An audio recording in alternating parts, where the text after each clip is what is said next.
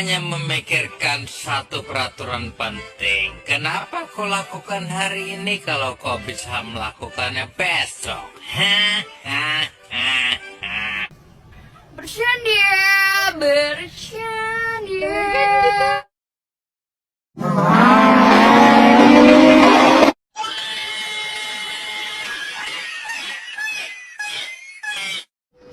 Anda ingin sukses? Anda ingin maju? Anda ingin berhasil?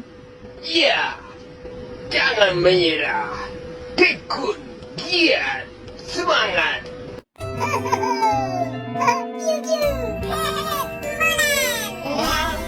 Oh, hi.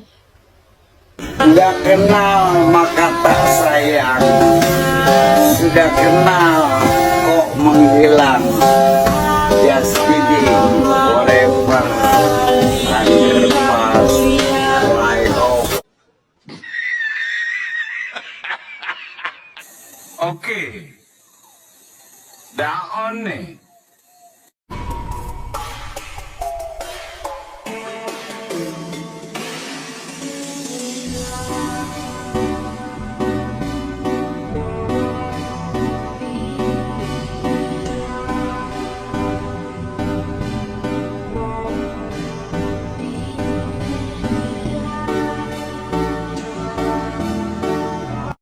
A few moments later.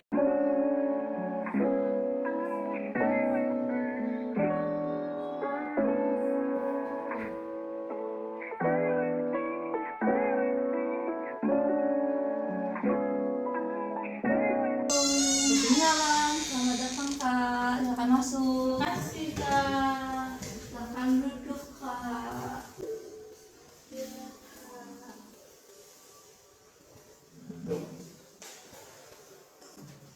Boleh diminum dulu Kak airnya? Ya Kak, terima kasih ya Kak, saya minum. Ya, sama-sama.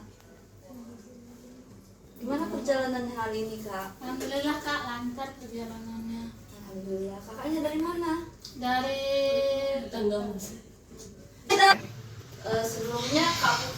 Sebelumnya kakak dari mana? dari Kedaton Kak. Oh, dari Kedaton. Habis ngapain Kak? Habis nggak masa aku kuliah di Kedaton. Dari mana Kak sebelumnya? Dari habis dari UIN Kak. Habis ngapain? Di kuliah. Oh, habis kuliah. Gimana kuliahnya hari ini Kak? Alhamdulillah Kak, lancar Kak, soalnya kan udah akhir semester. Alhamdulillah kalau gitu. Sebelumnya kita kan belum perkenalan. Biar lebih akrab, gimana kalau kita perkenalan dulu Kak? Ya Kak, boleh. Kalau kakaknya boleh perkenalkan diri terlebih Baik dahulu. Kak, perkenalkan ya, nama saya Rizky Putri Lutfia, biasa dipanggil Putri. Oke, jadi biasanya dipanggil Kak Putri ya. Iya Kak. Oke, jadi di sini saya juga ingin memperkenalkan diri ya Kak. Perkenalkan, nama saya Aulia Asrina. Jadi di sini saya berperan sebagai konselor atau yang memfasilitatori kakaknya untuk membantu penyelesaian masalah yang sedang kakak alami sekarang. Oh iya Kak, baik. Oke. Kakaknya udah makan atau belum tadi? Udah Kak, tadi kesini makan dulu. Makan di mana? Makan di rumah makan maka. Wah, Kakaknya udah makan belum nih? udah Kak. Alhamdulillah kalau udah. Sebelumnya Kak Putri udah pernah ngelakuin sesi konseling apa belum? Sebelumnya sih belum pernah Kak, jadi ini baru pertama kali. Oh, baru pertama ya. Jadi Kak Putri belum tahu apa itu sesi konseling. Belum Kak. Di sini saya izin sedikit menjelaskan ya Kak, apa itu sesi konseling dan apa tahapan-tahapan yang harus kita lalui. Jadi sebelum saya menerangkan sesi konseling, apakah Kak Putri sudah nyaman dengan tempat duduk dan lingkungan sekitar Kak Putri? Enggak Kak. Alhamdulillah kalau udah. Baik, kita lanjutkan menjelaskan sedikit tentang sesi konseling. Sesi konseling ini sendiri biasanya memiliki waktu 25 sampai 30 menit, Kak. Kira-kira cukup nggak untuk permasalahan Kak Putri? Iya Kak, pasti cukup. Oke, alhamdulillah kalau cukup ya. Terus di sesi konseling ini juga terdapat beberapa asas. Yang pertama itu asas kesukarelaan. Jadi di asas ini Kak Putri datang ke saya tanpa ada paksaan dari siapapun. Benar begitu, Kak? Iya Kak, tanpa ada paksaan. Ya, betul sekali itu. Nah, yang kedua, Kak Putri harus nanti pas melakukan sesi konseling lebih terbuka dan tidak merahasiakan apapun kepada saya, supaya kita bisa menyelesaikan permasalahan yang sedang Kak Putri alami. Iya Kak. Nah, asas yang ketiga yaitu asas kerahasiaan, di mana setiap permasalahan yang Kak Putri ceritakan kepada saya itu tidak akan tersebarluaskan kepada siapapun. Jadi di sini Kak Putri tidak perlu khawatir masalah Kak Putri akan tersebarluaskan kemana-mana, karena yang mengetahui permasalahan ini hanya saya dan Kak Putri. Nah, tapi apabila Kak Putri melakukan tindakan yang merugikan diri Kak Putri ataupun orang lain, maka saya akan melaporkan ke pihak yang berkenan. Apakah Kak Putri setuju? Iya Kak, saya setuju Kak. Oke, baik kalau gitu.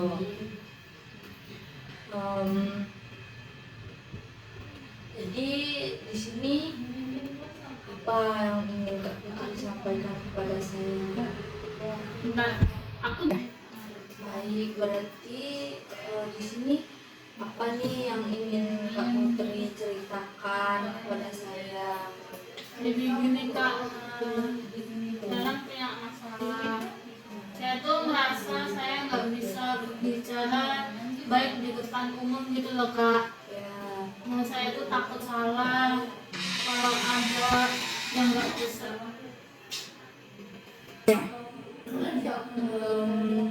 di sini Kak Putri mau cerita apa kepada saya? Silahkan.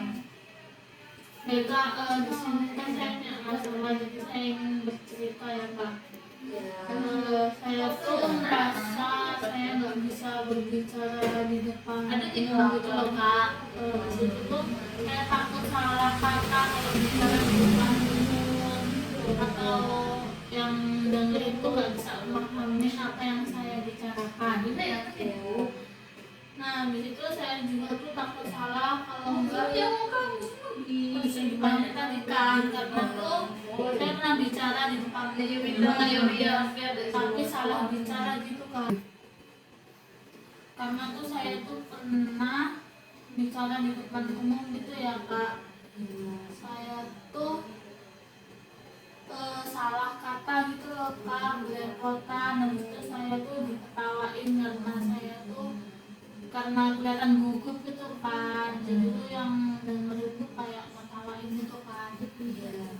Jadi tuh semenjak itu saya tuh mulai gak bisa atau takut gitu kalau berbicara di depan umum Kak.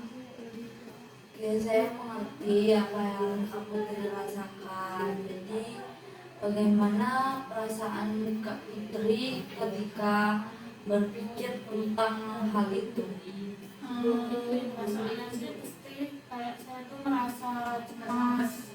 Itu saya tuh takut gagal kalau bicara di depan umum. Kayak gitu Kak kira-kira. Oke, kira-kira nih kapan pertama kali Kak Putri merasakan hal ini? Kalau merasakan hal seperti itu sih mungkin sejak SMA ya Kak. ketika saya pernah mendapatkan prestasi di kelas. Oke. Jadi apa pikiran negatif yang muncul ketika Kak Putri berpikir tentang berbicara di depan umum? Jadi yang ada di pikiran saya tuh waktu kalau saya pas lagi bicara sebelum saya merasa tuh pas saya mikir saya nggak bisa bicara dengan baik ya Kak. Pasti semua orang itu membicarakan saya dengan apa yang saya bicarakan di depan umum. Iya. Itu saya tuh merasa nanti diketawain kan, karena saya akan merasa salah kata. Di situ teman-teman saya juga atau orang lain nggak bisa memahami apa yang saya bicarakan. Sepertinya kayak saya tuh gagal gitu loh Kak. Oke, saya paham yang Mbak Putri rasakan. Terus jadi gimana nih proses yang ingin Mbak Putri lakukan di konseling ini? Kalau prosesnya saya tuh ingin bisa menyelesaikan masalah ini ya Kak, karena sebenarnya tuh saya tuh nggak suka loh Kak ada di posisi yang seperti ini. Kayak saya tuh takut bicara di depan umum. Jadi tuh saya tuh pengennya tuh bisa gitu bicara di depan umum dan orang-orang tuh bisa memahami saya. Nah, jadi Kak Putri berharap Kak Putri lebih berani seperti itu ya Kak, lebih percaya diri. Ya. Baiklah, jadi masalah yang Mbak Putri hadapi saat ini yaitu trauma untuk bicara depan umum, karena beranggapan jika Mbak Putri bicara depan umum, Mbak Putri akan merasa selalu salah kata, tidak percaya diri, tidak bisa bicara dengan baik. Kemudian Mbak Putri akan takut gagal. Benar begitu Mbak? Ya Kak, kira-kira seperti itu. Baiklah, Mbak Putri pada masalah yang dihadapi saat ini kita akan membantu dengan strategi yaitu cognitive restructuring. Nah, strategi ataupun teknik ini tampaknya kan Mbak Putri lebih banyak berpikir negatif nih ya mengenai bicara depan umum. Apakah Mbak Putri tahu apa itu teknik cognitive restructuring? Enggak Kak, saya baru dengar tentang teknik itu Kak. Ya, jadi saya sedikit jelaskan terlebih dahulu ya Kak. Ya Kak. Teknik cognitive restructuring itu sendiri adalah Mbak Putri belajar mengubah pola pikir negatif Mbak Putri ke hal yang lebih positif atau kayak yang tadinya selalu mikir negatif diubah menjadi pikiran positif seperti itu. Baik Kak.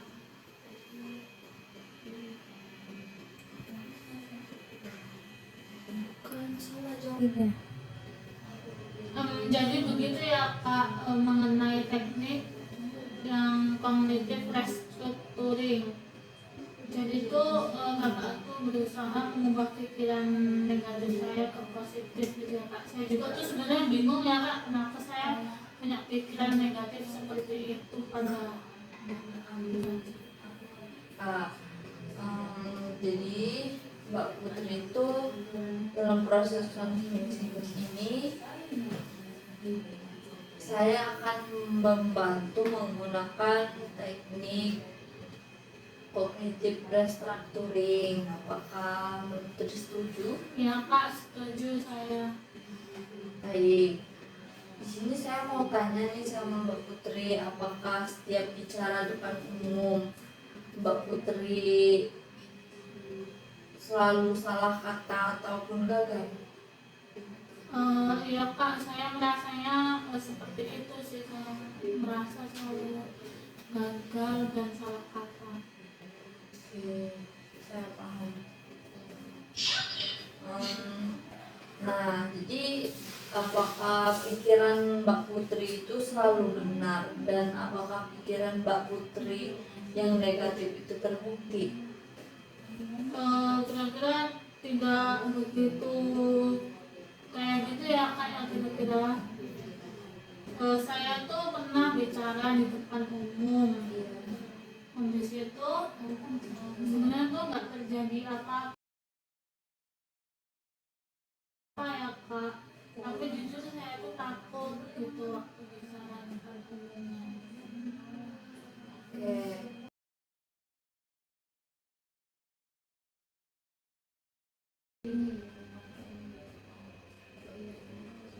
Oke, jadi bagaimana kalau kita lihat dari sudut pandang yang lain?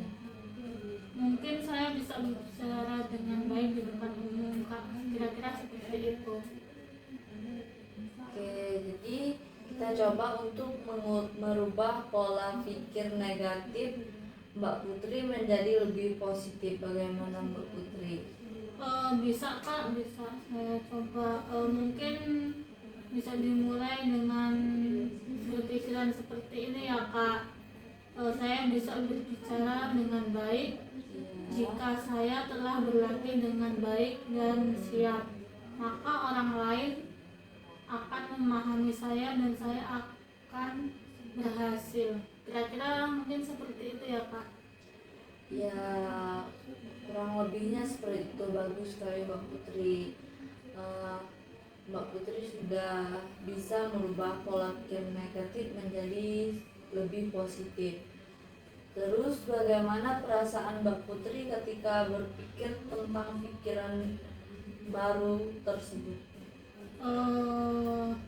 Kadang saya udah mulai berlatih ya kak, terus Ya. sekarang sih saya lebih merasa lebih percaya diri untuk bicara di depan umum seperti itu kak.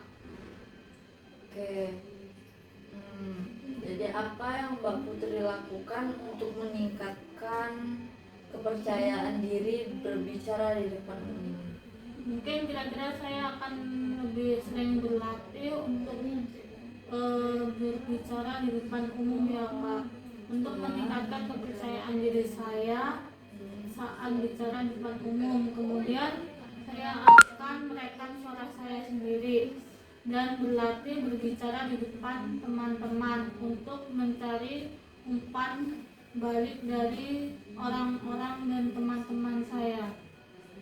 Oke, bagus sekali jika Mbak Putri sudah bisa menemukan hal positif.